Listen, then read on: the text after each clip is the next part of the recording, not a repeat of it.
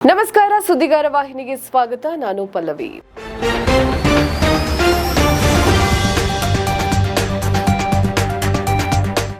ಸರ್ಕಾರಿ ಕೆಲಸ ಕೊಡಿಸೋದಾಗಿ ಹೇಳಿ ಉದ್ಯೋಗಾಕಾಂಕ್ಷಿಗಳಿಂದ ಲಕ್ಷಾಂತರ ಹಣ ಪಡೆದು ವಂಚನೆ, ಎಫ್ಐಆರ್ ದಾಖಲು. ಸರ್ಕಾರಿ ಕೆಲಸ ಕೊಡಿಸುವುದಾಗಿ ನಂಬಿಸಿ ಕೋಟಿ ಕೋಟಿ ರೂಪಾಯಿ ವಂಚನೆ ಎಸಗಿರುವ ಆರೋಪ ಕೇಳಿ ಬರ್ತಾ ಇದೆ. ಶಿವಮೊಗ್ಗದ ಸಚಿನ್ ಮತ್ತು ಸುಜಾತ ಎಂಬುವರಿಂದ ಮಹಾ ವಂಚನೆಯನ್ನ ಎಸಗಲಾಗಿದೆ. ನೂರಾರು ಉದ್ಯೋಗಾಕಾಂಕ್ಷಿಗಳಿಂದ ಲಕ್ಷಾಂತರ ರೂಪಾಯಿ ಹಣ ವಸೂಲಿ ಮಾಡಿದ್ದು, ಒಬ್ಬೊಬ್ಬರಿಂದ ತಲಾ 3.5 ಲಕ್ಷದಿಂದ 10 ಲಕ್ಷದವರೆಗೆ ವಸೂಲಿಯನ್ನ ಮಾಡಿದ್ದಾರೆ. ಸುಮಾರು 2 ಕೋಟಿಗೂ ಅಧಿಕ ಹಣ ಪಡೆದು ವಂಚನೆ ಮಾಡಿರುವ ಸಚಿನ್ ಮತ್ತು ಸುಜಾತ ಹಾಸನ, ದಾವಣಗೆರೆ, ಚಿಕ್ಕಮಗಳೂರು, ಶಿವಮೊಗ್ಗ ಹಾಗೂ ಬೆಂಗಳೂರಿನ ಉದ್ಯೋಗ ಆಕಾಂಕ್ಷಿಗಳಿಗೆ ವಂಚನೆಯನ್ನ ಎಸಗಿದ್ದಾರೆ.